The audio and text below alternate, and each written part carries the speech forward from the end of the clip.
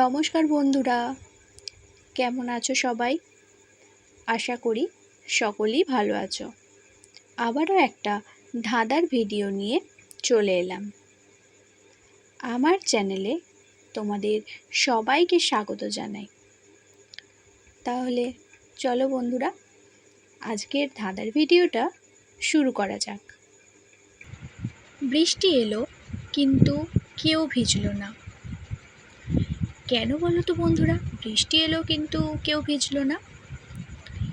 এর উত্তরটা কে বলতে পারবে যে কেন ভিজলো না? তো উত্তর দেওয়ার জন্য তোমাদের সময় শুরু হচ্ছে এখন।